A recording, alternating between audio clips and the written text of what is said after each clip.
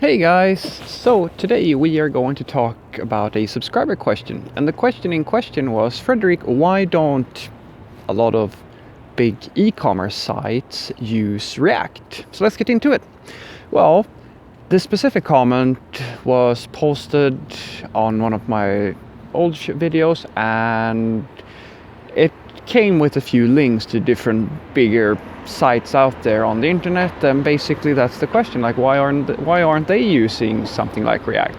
Well, there's many reasons as to why that could be, but I will give you the reason that is probably the easiest explanation, and most of the time it's going to be probably the main reason. Because their website existed before React. It's that simple.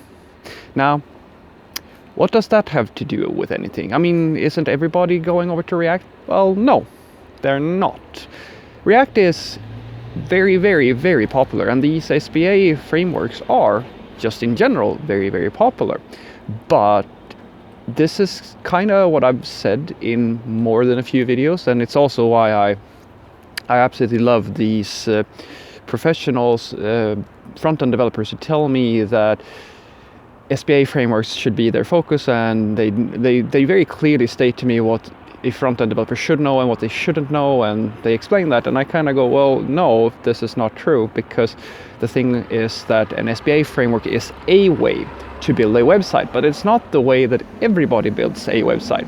And some of the biggest job providers in the world do not use an SPA framework. That does, as I said, I'm not saying that you shouldn't learn one. I'm saying that if you want to be a true professional, you actually have to know JavaScript, like just vanilla JavaScript, and you need to know the different, basically the range of popular tools that are out there.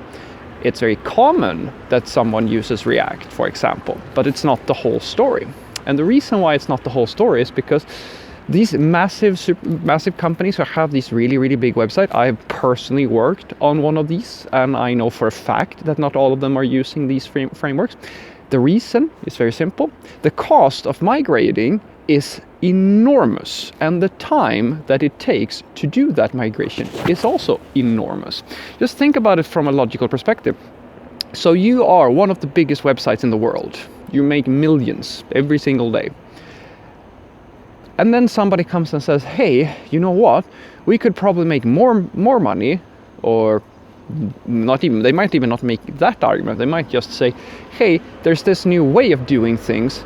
We should spend a lot of money and take a lot of risk, because, you know, migrating a big application like this poses a lot of risk. It's basically like you're basically rewriting your application. We should do that. And as a business person, you might then ask your developers, why? Because that's the way everybody does it. Okay, you see, at that sort of size of company, there's quite a few people involved, and unless you can definitively prove that they are going to see a return on investment for this, they're just going to go, well, maybe in the future.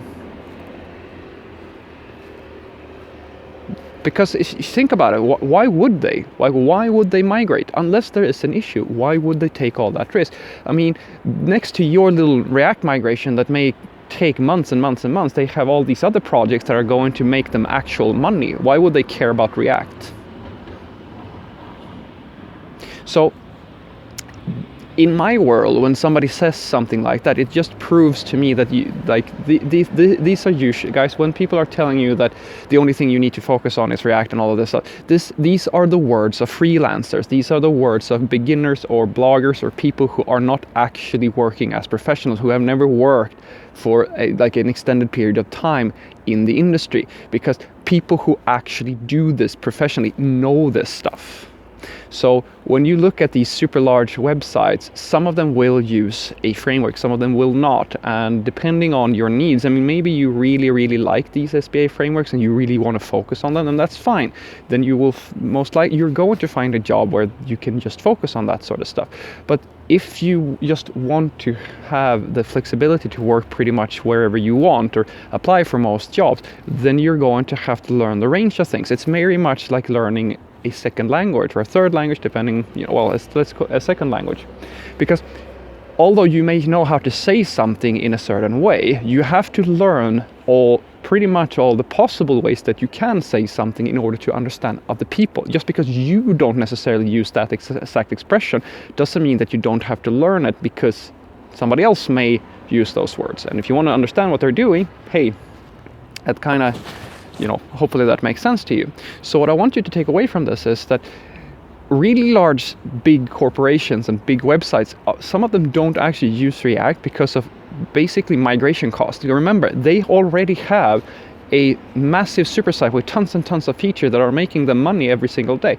And it's most likely, well, it depends. I mean, it's not always a good analysis, but they most of the time make an analysis and kind of estimate the work that is connected to making a migration, because migrating such a big system, as I said, I've done it myself, takes a lot of time and a lot of resources, and it poses a lot of risk to the company. They will measure that against the value of simply continuing the way that they are working right now. And if that cost benefit comparison falls in the favor, which it usually does, because it's very, and that's kind of the hard part here. It's very, very hard to prove that migrating from a static, a traditional website just using jQuery or vanilla JavaScript or something like that is going to moving that to React is definitely going to create real benefit for the company. It's very hard to prove that. So, making that sell, it takes quite a bit of lobbying. If you remember, if you compare that to the option of not changing anything, just continuing as you are and just making money as you are already making money. So remember that when you go out into the workforce, when you are focusing on JavaScript, it's not just about the SPA frameworks, guys. You have to figure out, you actually have to understand that there's more out there than React or Angular or Vue. Have a great day.